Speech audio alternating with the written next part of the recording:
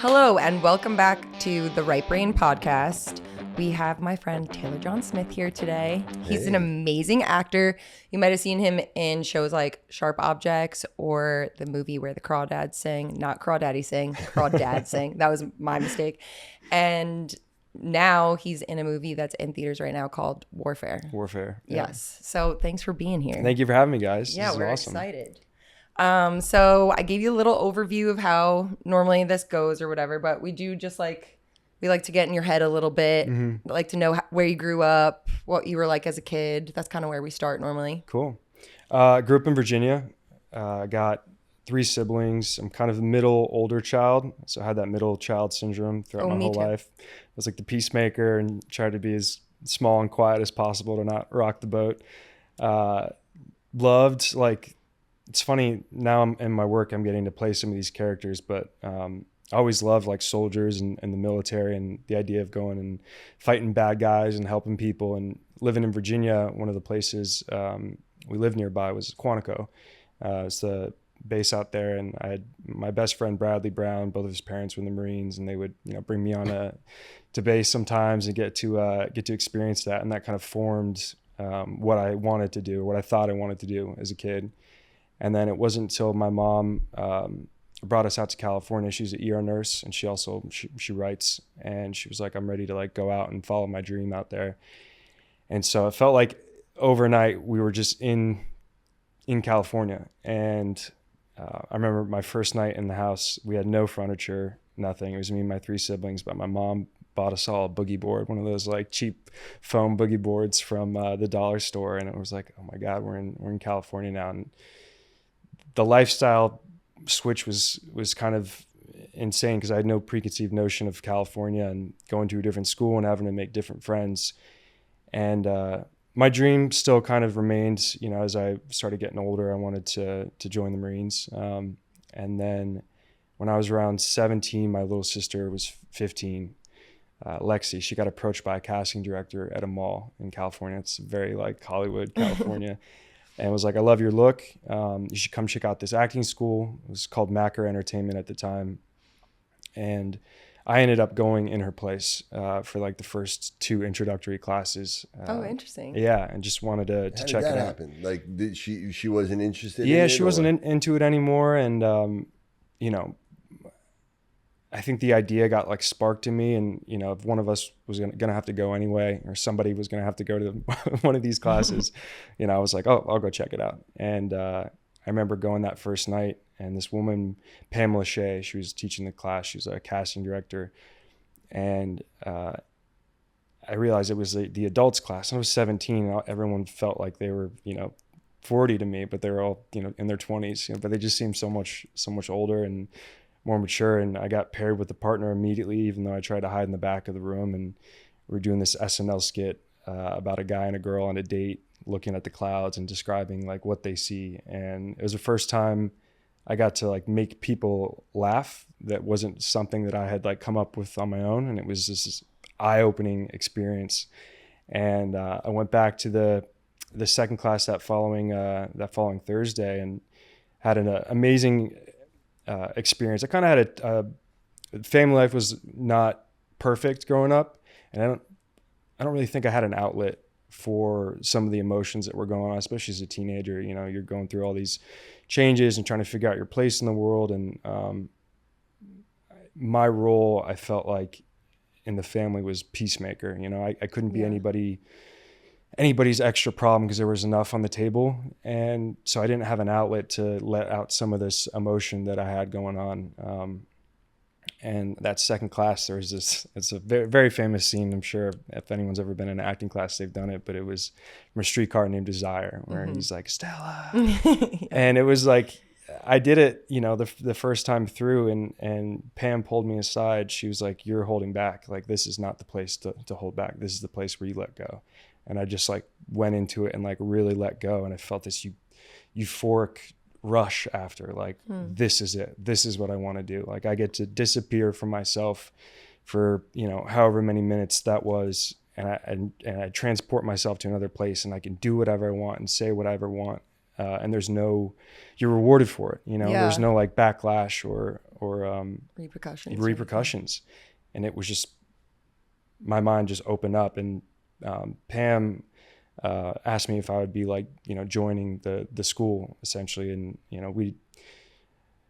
my mom had been hurt at work. She's an ER nurse. She got hurt at work, and we didn't have the money to like really keep going. And Pam was like, I see something in you that I don't think you see in yourself. So I'm gonna try and help you come back for this following year, which was my senior year of high school. And through, Pam's help and like my grandparents, I was able to go every Tuesdays and Thursdays for an entire year. And it became like the thing I wanted to do. And it completely changed the course of my life. Instead of going to the military, I guess. Yeah. It was funny. My older sister was dating a guy, John Gonzalez, who was in the Marines. He's like a forward observer. And I was still going to like the local PT station, like the recruiting station, doing workouts with him when he was back. And there was still that thing, but I didn't really know that, after acting class, there would be anything. I just knew I wanted to keep going to something like this. And at the end of that, acting school, was like about the time I was graduating high school, there was I guess you call it like a showcase, and agents and managers from different places come and they watch you perform something. And so my mom and I wrote this like, basically like a running shoe commercial, but it was just sexual innuendos the entire way through, and they really liked it and thought it was funny. And so I ended up getting an agent and a manager after that. And I essentially was working at the time, but essentially started trying and going on these auditions, but I couldn't really make any of them due to, trying to go to community college, helping out my mom and the family at home, and then, working, I was working 2 different jobs. And so I would get these opportunities, and I couldn't make anything of them. I didn't want to like disappoint my mom and let my family down. And I felt this burden of trying to be everything to everyone. And at the same time, I felt like I was slowly kind of dissolving. And my mom, when I came home from work and I had an audition that, was been like the 6th or 7th one I got in that month that I had to turn down because I couldn't get, someone to cover my shift, or we couldn't afford, to not get the shift. And my mom was like, you're fucking miserable. Yeah. And I don't want you to ever look back on this with like anger or disdain because you didn't give it your all. Like, I'm giving you permission. If what you need is permission to like go on one of these, then like I'm giving you the permission. You have to essentially, like, I quit my job that night and went out on an audition because she was like, it's okay, we're going to figure it out. And I ended up going and getting that first thing like I auditioned for, and it just started unraveling and unfolding. And very grateful to my mom for kind of supporting me and pushing me through that, because it's a crazy business. I'm sure with like songwriting and performing, it's the least stable thing I could possibly think of. Yeah, but you're making it. I mean, true. No, I'm very, very blessed. But yeah, there's been a lot of God things that have got me to this point, and I think Pamela encouraging me to come back and guiding me through that, and my mom giving me the go ahead to actually commit myself to it. There's many things along that path that have pushed me to where I'm at, but that's kind of how I got into this. Wow. Yeah. Kind of also, it's not coincidental that, when you left your job and now you put yourself out there really on a ledge, you kind of burned 100%. Your boats. Yeah. You commit and you got rewarded. Yeah. Because you have that, it's like you have to now. Like, you have to make it. It's not like, well, I still have my job. No plan B. You know what I mean? Yeah. Exactly. No plan B. And stepping into the arena, like, you fight's about to start. You can't. I'm sure your mom kind of instinctively knew that a bit, but also was probably still scared, because if you were helping and your income really mattered at home, and so obviously that was a sacrifice on her. Big time. And I'll never be able to like repay that, because I was man of the house at that time. Yeah. So if you don't mind me talking, you talked a lot about your mom. You haven't mentioned a dad. So. Yeah. I mean, my parents are divorced. They, there was just some stuff, in the marriage and at home and whatnot that didn't, it wasn't conducive for a healthy relationship. And, Me and my dad are great now, but there was a couple year period where things were rough, and I think I was looking for that instruction and that guidance, and I didn't have it at that time, and so I felt like I was a little bit on my own. And I know when did you stop having, like, was your parents separated, and I guess you lost touch with your dad at a certain point, Yeah. or wasn't really there? Was that when prompted your mom to move to California? Was that part of it, or? Yeah. I think around like 16 is when the thing I remember feeling like a very strong divide, like before and after. And again, we're amazing now, but there was a lot of, I think, anger and frustration and pain and just honestly not knowing. I couldn't wrap my head around why. I knew the reason why, but I didn't understand how you couldn't work through that, or why you chose to do one thing instead of choosing your family. And as I've gotten older, I realize how gray it is, and it's not black and white at all. And my mom and my dad had never been at that age before. They'd never been to that point in life, and they'd never butted heads and made certain choices. They're still kids figuring it out, trying to raise other kids. Sure. Yeah. There's no book really that you can read that. No, and you have children, you have, financial stress, you have a lot going on. It's not easy. It's not difficult. It's not, I can relate to you being like because I do think it is like a very right brain thing. Like I'm also the middle child, and I feel like I was kind of like felt like the peacemaker sort of too, or like I didn't want to get in trouble. And I could see, I could see how going to acting school during all of that, when you have like pent up anger and all of these things, but then you're also trying to keep the peace, that like that outlet was probably incredible for you. All these emotions, not just anger, but like grief and sadness and mourning relationships, and and you realize like these characters that you read about, these scenes that you're given, are people going through something so similar, and you're like, yes, like I understand that. Like, let me show you, like whoever's in that class or in the audition or a director, like let me show you my version of that, because I've lived it, or I've experienced it. And it was just such a great outlet. It's therapeutic for sure. Yeah. But did you struggle? Because you said like at first when you went to the acting class, you were kind of like trying not to get picked and whatever. Did you struggle? Yeah, with, I bit off more than I could chew. Like when I first went in there, I was like, I was trying to be big, bad, and tough. But as soon as somebody drags you down in front of all these strangers and pairs you with a partner, and like, we're all going to watch you do this thing that you've never done. It's so scary. Yeah. It's like your first time going up and performing a song that you wrote. Yeah. You're bearing your soul in a sense. And you're like, I'm giving you my child, please take good care of it. And it's not up to you whether they take good care of it or not. That's the faith part. You just got to trust that like what you did has inherent value, whether they like it or not. And then you grow on that. And that's the process until the day you die, or you switch to plan B, God forbid. Well, yeah, and we talk about that a lot, that like I don't know if you relate to this, but like, being embarrassed, or like kind of being in front of all these people and making fool of yourself, or having, or whatever, is like such a big fear of so many right brain people. But then like we also choose to like put ourselves in that position every single day, and it's kind of a weird juxtaposition. Do you struggle with that at all?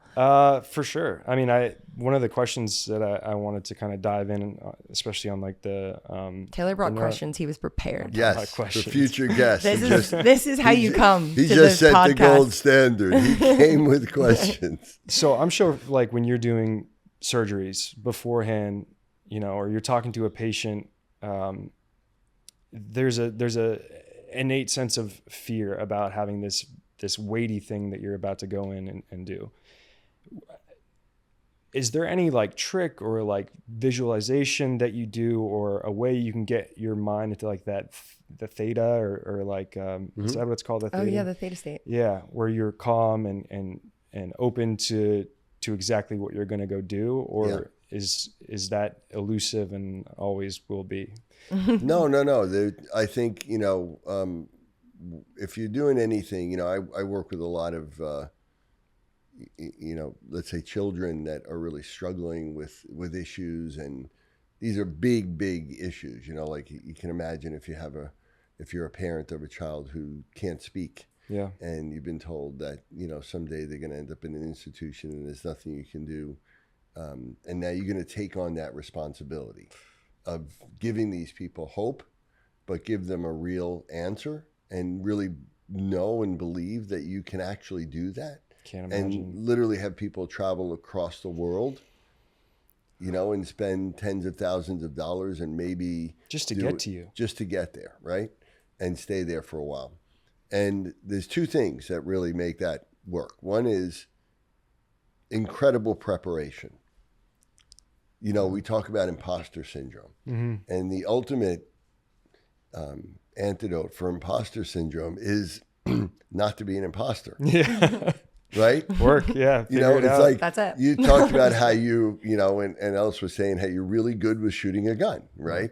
And that you go into these war movies, which again, you obviously have manifested that in life some imitating way. art or art imitating no, life. that's a manifestation. You did it, right? You wanted to be I want to be a soldier, but I want to be an actor. What can I do? Well, I become an actor and then get a movie where I play a soldier, right? Exactly. That's obviously some sort of manifestation. But, you could be there, an actor pretending to shoot a gun, and that's one thing, and you can really fake it and you can be there. But in your mind, you're always going to be like, but am I doing it right? Or I'm not sure. And there's going to be this doubt. A trepidation. Because you have no idea. But when you go and I could actually do this shot. I could actually, you're not an imposter. You're actually doing what you know. And you're going to come across different, no matter what. You can't fake that. You can so only that do confidence for you comes from your preparation. Preparation and knowledge is number one. Like the fact that I know I put the work in. I know when I say I can do something, I know I can. Yeah. Because I've actually it's put not that I hope, work it's I know. in. Right, Wow. Exactly. And then the other is that I'm doing this for them. I mean, you look at the purpose, the reason why, and what that's going to look like when you actually help. Like I imagine a child speaking that, let's say, can't speak, or the parent telling me that my child just said, "I love you" for the first time. I never thought I'd ever hear that. And I think about that's the outcome. So I know the outcome I want before I go really into any situation. She'll tell you, I've, talked to my kids all the time about that, is that, knowing the outcome that you want, like before you go into any meeting, like if you go in with a meeting with an agent, and you probably instinctively do this because you've manifested it, but you know what you want them to say. Like when you're leaving, before you go in there, you want them to say, you got the part, or you're like the best person we've seen today, or whatever you feel like you want them to say to you. You literally have that outcome in your mind and see it if you can. And do you do that with your work? Are you actually visualizing like down to, whatever the practice is, like down to the minute detail, or are you just looking for the desired outcome? I'm looking for the desired outcome at first. Okay. And then I look at the process based on when I do an exam, what do I need to do to this person? What do I need to do to this patient to be able to help them? Because everybody's different. Mm-hmm. So, to a certain extent, I have a basic framework, but I can't go in because I know each patient is going to present differently and I have to react differently and I have to do things differently. But I know the outcome. I wonder if that does put your brain in a meditative state, which would be like theta or something. I think it's, we'll first bring of a all, brain scan thing and put it on your head next time. If you're doing something really Hope intense. find something in there.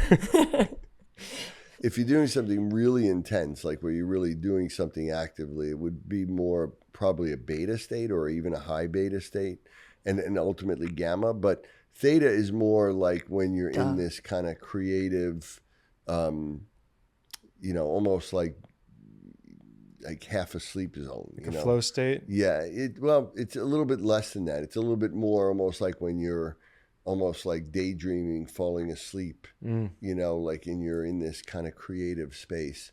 Alpha would be more like relaxed but attention. But when you're doing anything like intensely that you're really focusing on and you're really putting a lot of energy into it, you're probably going to be more of that beta state. But yeah, that's I think the two things that I would say is, one is it's just a preparation. So as you as an actor, really working at your craft and knowing that you're good. And then the experience when you've done it enough. I mean, I've seen so many patients and done so many things, so many tens of thousands of times that, there's just a certain knowledge that comes with that. It's funny too, on the other side of that overdoing it and over rehearsing can actually be detrimental, that I've found as well. Oh yeah. That's what he talks about with like your right brain. It can make you crash a little bit. Yeah. But I don't know where you're coming from. There's like what's it called? Like a limiting return. There's a point where you do it too much that it becomes stale and stagnant, and I can feel it within myself when I'm like the night before, I'm shooting a scene, or the night before a big chemistry with another, actress or actor. There's a moment where your work and you're trying to memorize and feel out the scene. It's starts to diminish your ability, and it can actually get in your head. And there's a moment that I'll actually like be in the middle of doing a take, and I'll just put the papers down and I won't touch them till tomorrow, to the next day. I'm like, it's only going to cause me more problems and pain, or confuse me, or get me in some sort of rote, memorization, as opposed to like living truthfully in the moment. And well, that's why what you got to do is, at the moment that you're doing it, you do have to,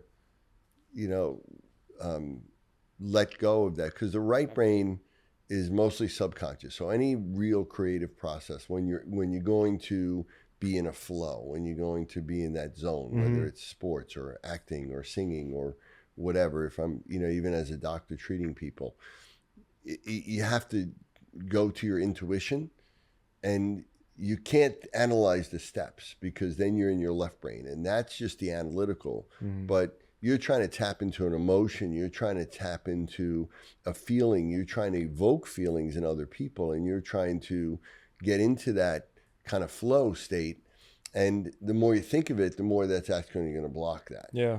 And so then, you chase the butterfly, it's going to fly away. It's not, you got to build a garden and let it come to you. You have to put that feeling in there, and you have to be that feeling and let that guide you.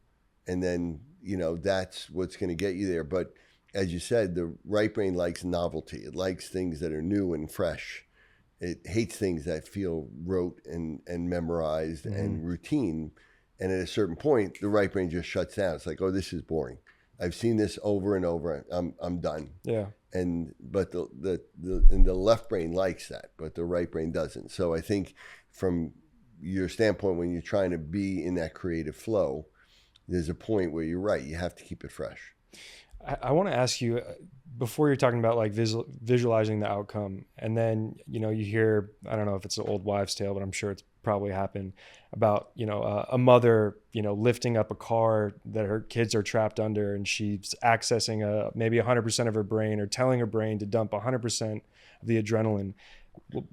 Why is that only possible, I feel like, in that very high fight or flight state? And are we able to access more of that than we think we are, or think we can? Yeah, I think we can. Very curious about this. One of the ones I wrote down. Yeah, I think that, there is a part, and whenever we're looking at those subconscious states where we're able to do something and we tap into it, a lot of that is right brain, because the right brain is subconscious, and fear and, protective, mother protecting her child, that maternal instinct is going to be right brain. And so, getting into that state, you can do it, but the thing is that you can't do it consciously, because it's a subconscious thing, right? So to try to consciously get yourself into the state where you would be able to do that is, very, very difficult, because again, you're asking to consciously do something that really subconsciously, it's not actually happening. That lives in your subconscious and may only come out in your subconscious. So the way to access your subconscious like that is to train your subconscious, and you can do that through, visualization, meditation, like visualizing those situations, or by, trying to tap into the emotions, or trying to, create that type of situation. That's interesting about the visualization part, because when you think of an old memory or something, or an argument that's never happened yet, and your heart rate spikes, or you get sweaty or angry, that's kind of what you're doing, just in a negative sense. Yeah. You can do that in the positive sense for desired outcomes. Is what you're. Wow. Okay. Yeah, and you can also do it where, like when I'm setting goals, or when I'm teaching other people to do it, you can, write down a situation like it's a story, but you're the character in that story, and it's your life. And is it from first person POV, or is it as you're an author writing about Taylor? You could do it either way, but I always do it from, first person. This is, I wake up, I do this, I see this, I feel this. Wow. I look at this situation. And so I'm again, it's from coming from the outcome forward, basically, right? End result backwards, essentially. Okay. Yeah, so that this is the end result I want to get, and then I look at the process of what do I need to do to get there. Wow. I had a question for you, just because this is all just reminding me of everything, but I went to acting school as well.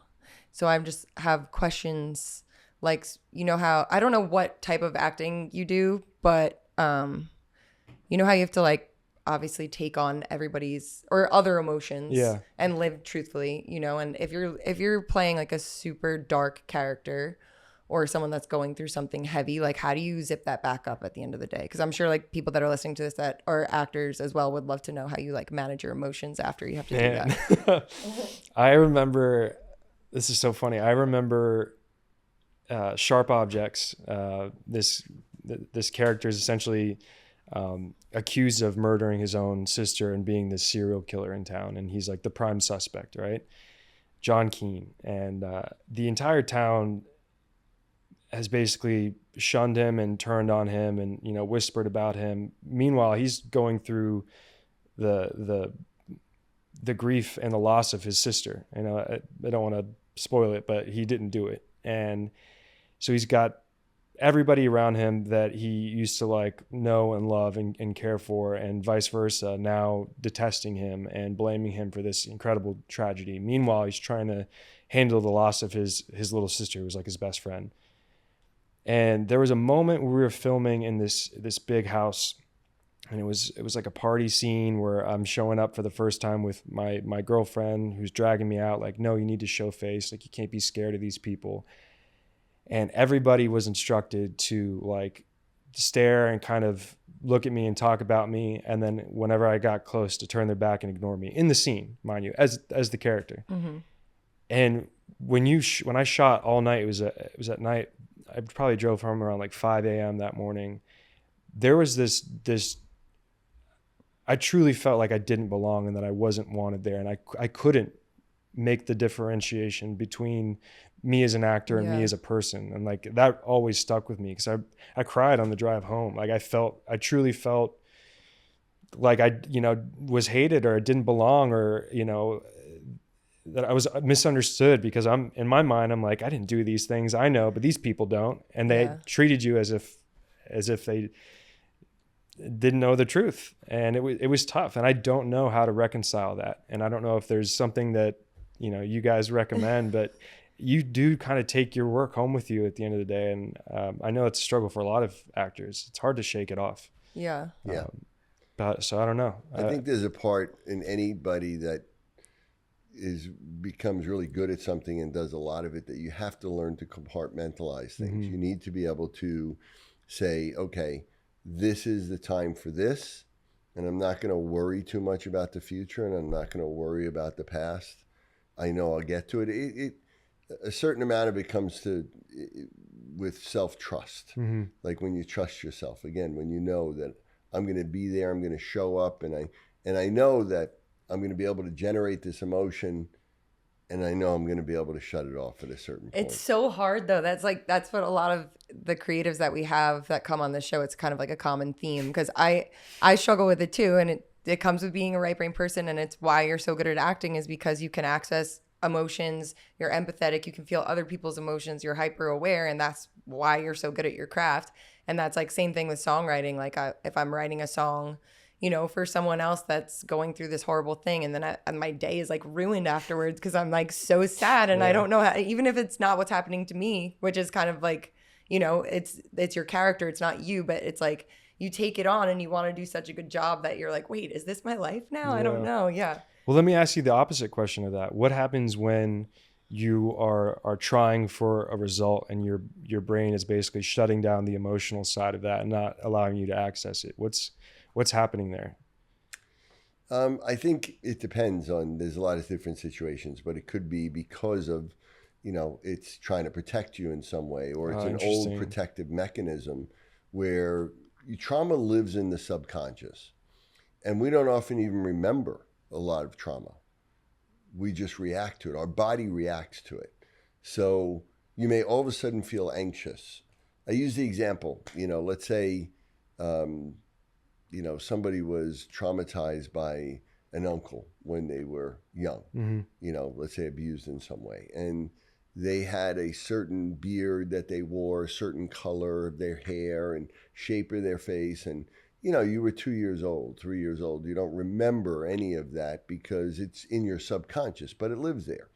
And then later on in life, you meet somebody and immediately get this agitated feeling and your heart starts beating and you don't know why. And everybody's like, this is such a great guy. Everybody loves him. And there's a part of you and someone looks at you and goes, what are you thinking? And you're like, no, I hate that guy. Why? I don't know. I just don't like him. I just feel creepy, weird around him. And there's something there and you have no idea why. What it's connected to. Everything is saying to you, he's a great guy. Everybody loves him, right? But there's this subconscious and you have no recollection that it even happened. You don't even know that it happened, but it triggers this subconscious memory. And you don't need, but the thing with the right brain is that it doesn't come back as a memory. It comes back only as a feeling in the moment. So the right brain doesn't really have a past and a present. It really, even though it's timeless, essentially, from a conscious standpoint. And it's so you all you know is what you're feeling now. And that feeling of now, so that may be partly like you're trying to access an emotion and your subconscious saying, wait, that emotion really hurt you last time, or you really felt it in a really bad way, and we don't want you to feel that again. And so, you know, that's where, you know, trying to be able to go into that and try to think about what was that subconscious reason, or try to make the subconscious conscious, which is difficult. Yeah. Wow. Your brain's trying to protect you and be nice to you. Stop trying to protect me. It would be great. We're going to figure it out later. Okay. Can I just change for a second and just ask you something? Cause I just want to, and again, not to ever make anybody feel uncomfortable, but this is part of what we do. How were you in school as a kid? Did you do well in school? Did you ever struggle in school, or were you a good student? Yeah, I mean, I really enjoyed like creative writing. I enjoyed like my teachers. I really enjoyed learning.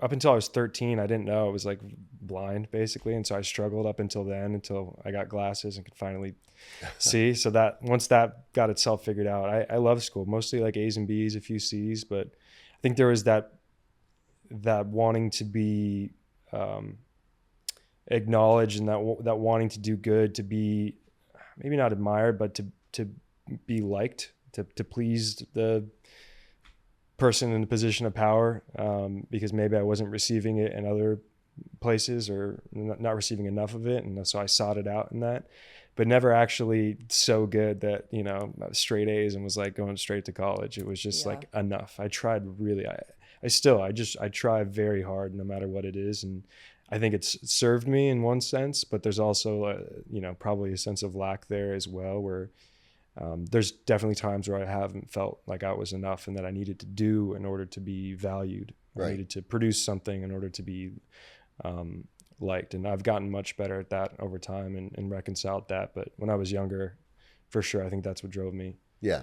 That you want everybody to be proud of you. You wanted other people to like you. Yeah, exactly. So you were doing it for that reason. Yeah. And that's, you know, that's a classic right brain characteristic skill type thing. You said your mom was a writer. Did she write like novels, books, or was she write? Did she go to Hollywood to write like scripts and things? Yeah, screenplays.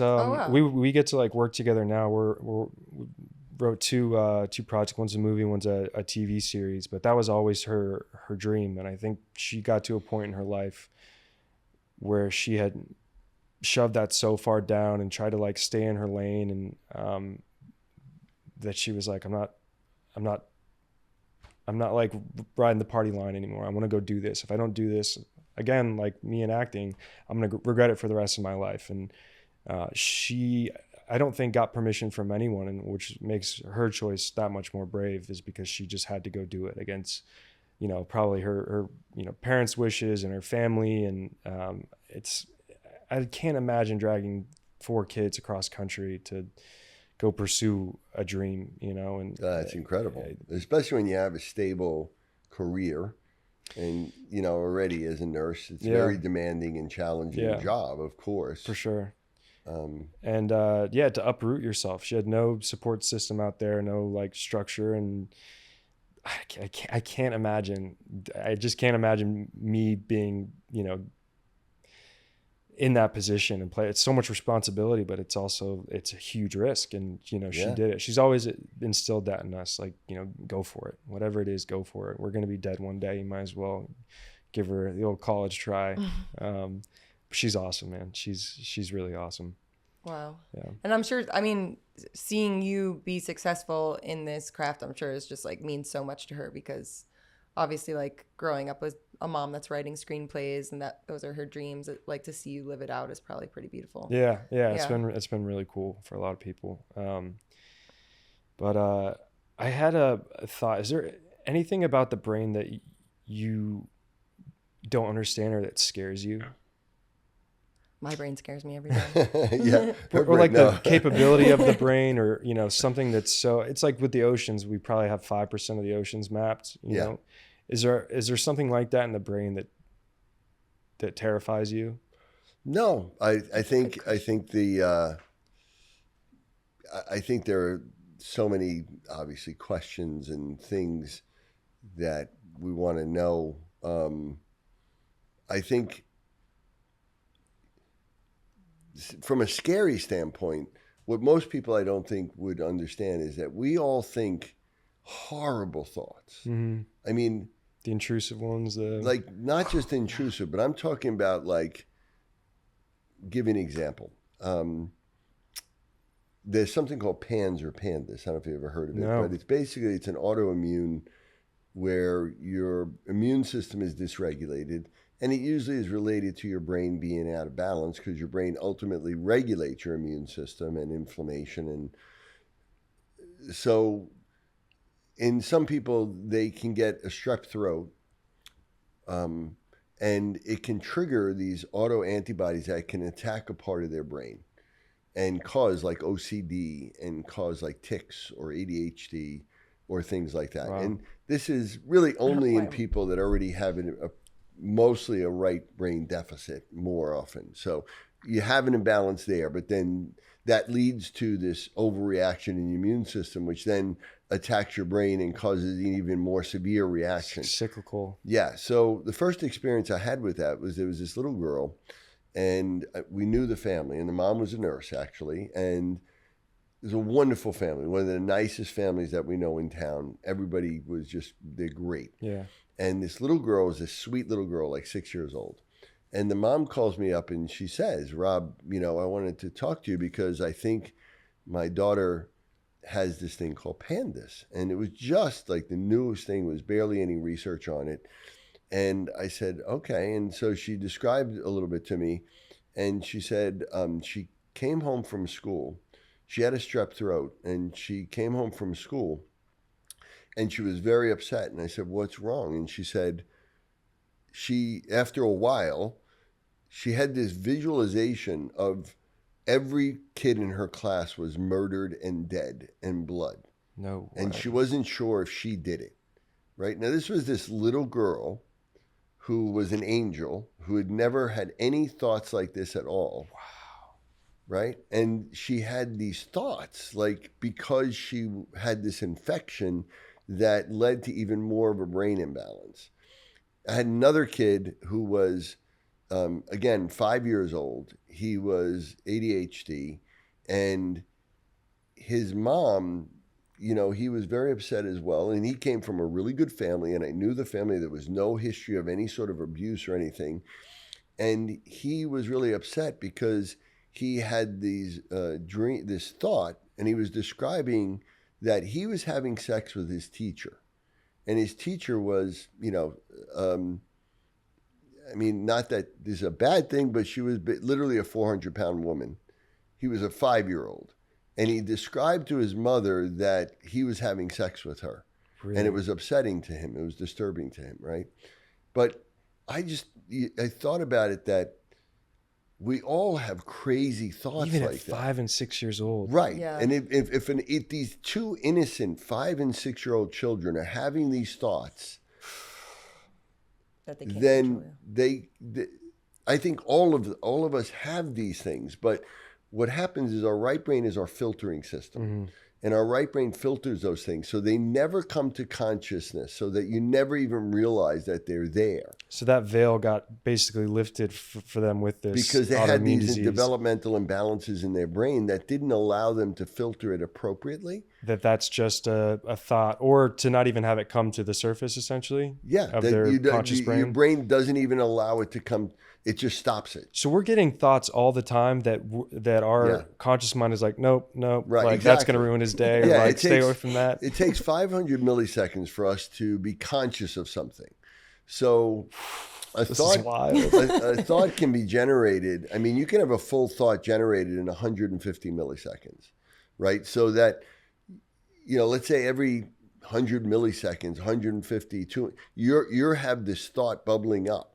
And then by the time it actually gets up, your brain's made there's a point where your brain, where you have maybe 50 milliseconds left, your brain can veto it. That's so literally sick. Stop it. So there's people that, don't have access to that veto power, or their brain has not a disability, but a deficiency in some sort of chemical that's allowing that synapse to just fire off and send it right they don't. through. Usually their right brain isn't there to filter it. Wow. I mean, but that's confusing too, because I feel like with OCD, which is like a very right brain dominant thing, which I have OCD pretty bad. Like I'm not thinking about murdering people every day. There's a left brain and right brain version of it. We talk about there's a left brain and right brain version of OCD, right? Right. So, but I'm just saying, because a lot of people that don't have OCD will have a thought and then they're like, all right, I'll be done with that thought. But I'll have a thought and then I'm obsessively thinking about that thought. I had that happen not recently, but no, just every once in a while something will pop up. I was in Malibu. I was driving to the beach one day with some friends. I was going to meet up with them, and there's two-way traffic. It's like one strip, two-way. And I remember having this thought. It came out of nowhere, and I don't know if that missed the filter or if this is like some sort of thing presenting itself. But if I just turn the wheel a little to the left, I would smash into this vehicle surely, and I would die. Right. Mm-hmm. Just that thought. And I remember having that thought going, I didn't ask for that. I don't know where that came from. Keeping that to myself until I get on your podcast. But is that thought coming up? Is that a form of that, or is that the filter missing that one? Yeah, I think it's both. It's meaning that we all probably have those. We've probably all experienced something where we've had that thought or something at a certain point. But there's this filtering system that goes, no, you can't do that. That's or we stop most of them. But there are some people, and so when we look at people that do horrific things, I was just going to ask about school shootings. Are those people that have continually accessed or maybe even massaged those thoughts into reality? Well, the right brain does something called reality testing. So our right brain is kind of always saying to us, is this real or not, right? Are we living real?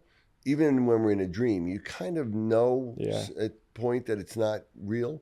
But if the left brain, if there's certain thoughts and the left brain becomes overly active, and you're generating voices or something in your head because you're schizophrenic, you lose touch with reality. The right brain goes down. So now you don't know, is this real or is this not? And so with people like school shootings and everything, what can happen is that I believe many of them believe they're in a video game simulation. The left brain lives in a virtual world. It lives in a simulation. And I believe that, they feel like this is a video game and it's not real. So if they are having some sort of like anger or frustration at these kids, in their mind, they're committing this thing that is going to have no impact in actual reality. But it's the same. Yeah, I think they've lost touch with reality Wow. most of the time, that they're disengaged from reality and they're in a psychotic state.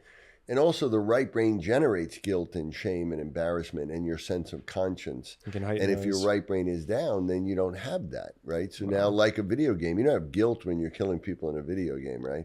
Not that I've really done that much, but I know that most people aren't sitting there, feeling horribly guilty, like, oh, I killed 100 people in my video game, I have to go, to church or something. Yeah. Yeah, you've been asked about that a lot. That's very... How much of it do you think is that, and how much do you think it's the uptake in like SSRIs as like a society as a whole, trying to regulate that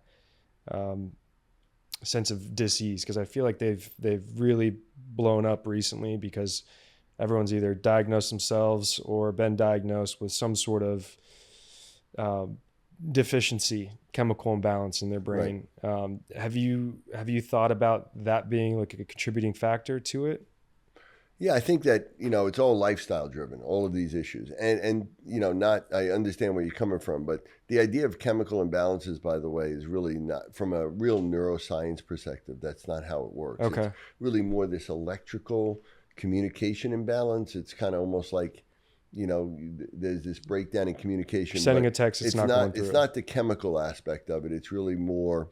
it has to do with the firing of pathways and things like that. But what you're saying is correct. But that's more lifestyle driven, meaning it has a lot to do with, the fact that, we, especially people don't move and don't exercise as much and, eat foods that are unhealthy and unhealthy aspects of our environment. And I think that we have a lot more stress because of social media and all of these things. So there's a lot of that going on. But there's definitely an epidemic rise in the way that brains are developing. And that's also leading to more adult brain issues or imbalances. I have this problem that I've been experiencing probably for the last like 5 or 6 years with memory. My short-term memory, because I have to memorize like 12, 15 pages for an audition, maybe twice a week, 3 times a week. And it's all new information. So I have to soak it all in and then regurgitate it and then forget it and move on to the next thing. Very good at that. I've been having problems lately with like long-term memory of trying to recall names or places or dates, and it all feels very fuzzy to me. And I was wondering if there's any possibility that teaching my brain to soak up a ton of information and then forget it is possibly affecting my long-term memory. Could that be a thing, or am I just using my phone too much? When we look at memory, most memory, long-term and short-term, is very left brain. When you're remembering facts, when you're remembering dialogue, when you're remembering details. Mm-hmm. And you have to look at, when you're talking about your access to long-term memory, is it like factual memory or is it more like experiential memory? Sometimes it's both. I mean, it's either names or events completely, that my friend will be like, remember when? And I'll have no recollection of that. Yeah. Well, the right brain does something called catastrophic forgetting, meaning that the right brain, we need to forget stuff. We can't just always, it's like your computer. You have to delete some of the information at a certain point, and you have to clean it out. Because it's no longer relevant to like survival here and now. Yeah, so we need to be able to, free up space basically in our brain at a certain point, or there's no need to keep on information all the time. So the right brain, when you're really actively using your right brain, a lot of people with the right brain say they have trouble with remembering like their childhood. Okay, good. That makes me feel better. I have trouble with that. I think it's just because you're so accessing that creative side of your brain and you're naturally, a right brain individual, it sounds that may be part of it, but it's still there. My girlfriend had a thought too. She was saying that because it's so high stress and kind of fight or flight, like what you're doing in this moment with these 15 pages matters, and you assign such a high value to it, that the things in the past don't hold as much weight, because you're not, when you think about them, they maybe weren't in a fight or flight place, but this is important. This is in the here and now, like the outcome of it matters. And so you assign more value to it, right? Essentially. Yeah. That would make a lot of sense. Yeah, there may be something to that. I mean, we do know stress response has something to affecting a part of the brain where long-term memory is held. Okay. Yeah. Cortisol levels definitely diminish your ability to hold on to long-term memories. Yeah. You're not alone. These are right brain things. A lot of right brain people don't remember like their childhoods and things like that. But also because I don't want people to not get to like hear more about you, but we have to wrap this up in a little bit. But I just wanted for people that look up to you and are getting to hear you be vulnerable and say all these things, but still are super successful. I was just wondering if you wanted to give any advice to people. Sounds like everybody's going through it, you know? Yeah.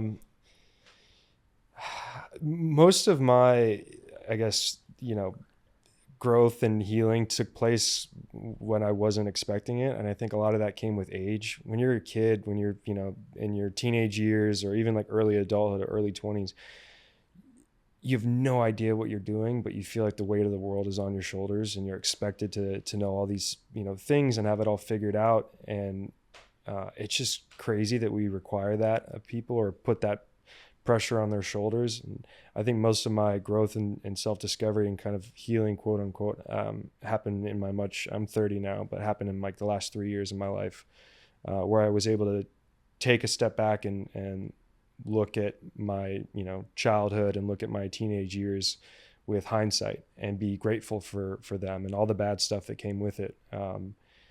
But it took time apart. And I just say, like, for anyone that's struggling with where they're at now, like the whole thing, this too shall pass, and it will, and it won't make sense probably for another 5 or 6 years. But one day you're going to wake up and look back and be like, thank God that happened, because, that made me the man or the woman I am today. And without that, I wouldn't have been, pushed down this path, or given the confidence to overcome that obstacle. Right now, like, I would also say, don't make any permanent decisions that have lasting consequences for something that's going to be gone tomorrow, whether that's a thought or a feeling. I know a lot of, like, my military buddies struggle with depression and PTSD and anxiety and stuff. Sometimes they make permanent choices for things that are temporary, and it's going to be a new day tomorw. Is all I have to say for that. Yeah, that's beautiful. Yep. That's very beautiful. Great advice. Yeah, that's very positive advice. We're gonna have to get you back on here another time, because I feel like there's 5 more questions for next time. Yeah. Taylor, thank you for being Rob on Ellis, here. Thank you guys for having me. Go see his movie Warfare. Can't wait. Yeah. Awesome. Thank you guys. Thank you. All right. Bye.